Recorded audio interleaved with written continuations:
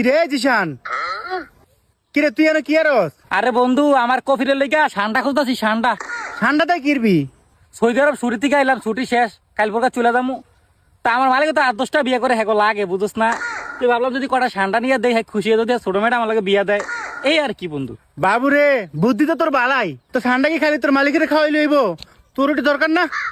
এরে বন্ধু এটা তো চিন্তা করে দেখি নাই। তুই একটু খাইস, তোর উপকারে দিব। আচ্ছা আচ্ছা আচ্ছা বন্ধু।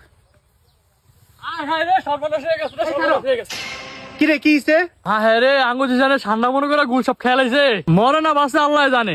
কি কস লয় দেখাই? ও আল্লাহ রে আল্লাহ, আমি জীবনে বিয়া করতাম না, আমার খাওয়ার দরকার নাই, আমি বিয়া করতাম না। কিরে এ আবাল, ও ভাই, ও কি ও ভাই? তুই অনেক ঠান্ডা খাইতে গেছিস কি লিগা? 2 দিন পরে যাবে বিদেশ, তুই কি অনেক বিয়া করছস? ও ভাই রে ভাই, আয় হায় রে, আমি জীবনে বিয়াও করতাম না, আমার খাওয়ারেরও দরকার নাই রে ভাই রে ভাই। তুই কেমন আবালের আবাল?